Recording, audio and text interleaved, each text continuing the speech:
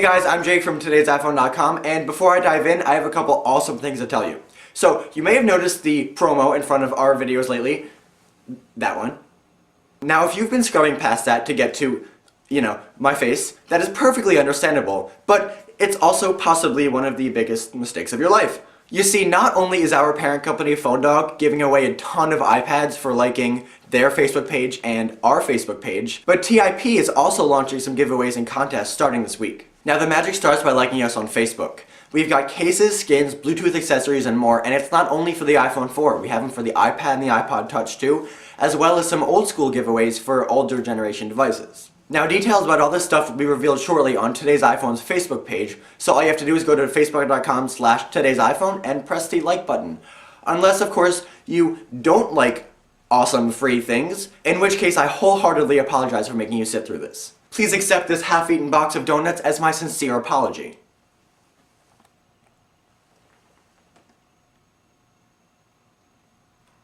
Okay, now there have been rumors of iOS 4.3 floating around for a while now, and this week UK's Guardian may have just confirmed it. Now, this is the company behind the Guardian V1 digital newspaper for the iPhone. Now, right now, the only way to get the newspaper on your device is to purchase each issue individually for $3.99. But what Guardian is saying now is that in the next iteration of the iOS software, you're going to be able to get a subscription to the app and pay one time and get 6 or 12 months worth of issues. They go on to say that iOS 4.3 with this new subscription feature is going to be out pre-Christmas. Now that seems pretty fast, especially since Apple just released iOS 4.2.1, but with all the new iPad newspapers and magazines coming out, a subscription model is definitely necessary, especially if Apple wants to compete with the newspapers. Okay, moving on, I have a couple cool things for you in the accessory department.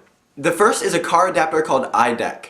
Now this is for anybody who still has a cassette player in their car and doesn't have like an auxiliary port or a CD player. Now this thing looks like a cassette tape glued to an iPhone dock. You put the tape part of the device into the cassette player and then the dock sticks out and you put your iPhone in there, and through that you can listen to the music on your device through your car speakers. What's more, this thing also has an auxiliary port so you can connect other audio devices to your car. Now this allows you to play your music, route your calls through the car speakers for hands-free calling, and charge your device. Now this is a great option for people with cassette players in their cars that don't want to cough up the money to buy a new stereo. And at only $50 on Amazon.com, this is a steal. And next, I really want to tell you guys about this awesome case for your iPhone or iPad. Now, there's so many iPhone and iPad cases flooding the market that they all seem to blend together. There's a couple websites that let you personalize skins for your device, but there's really only one that lets you personalize a case with either a picture or some sort of design, and that is uncommon.com. Now, Uncommon is offering 4 different cases ranging from $40 to $20,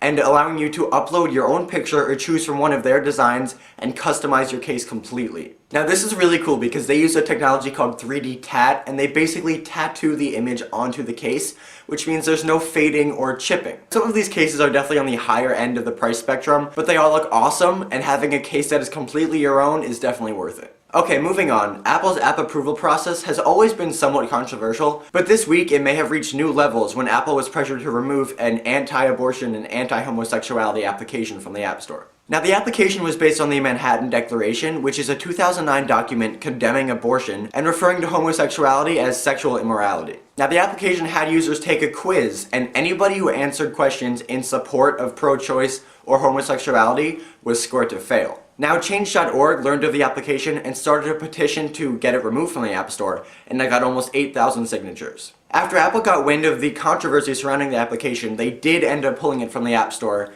over Thanksgiving weekend, saying that it violated their developer agreement by offending large groups of people. Now, I want to know what you guys think. Was Apple right to pull this application? On one hand, you could say that it's a censorship and that people behind the application have a right to express themselves in the way they want. But on the other hand, you can say that this application really was quite offensive, and Apple has always had a really strict policy with applications, and frankly, I'm surprised this one made it into the App Store at all. Let me know what you guys think in the comment section below. Okay, and finally, this week Richard Branson unveiled his new project, which is cleverly named Project. It's described as an iPad-only interactive magazine. The application itself is free, but each issue costs $2.99. Early reviews of this are mixed because the content itself is really good, but the navigation and user interface is more than a bit confusing. There's even a set of instructions on how to use the application, and it makes me wonder whether people are even going to bother with this application when there are so many new iPad newspapers and magazines being released. But there's no denying the fact that this application looks awesome, and it's definitely paving the way for what could be the future of digital magazines. It'll be interesting to see how the subscription service UK's Guardian was talking about plays into this.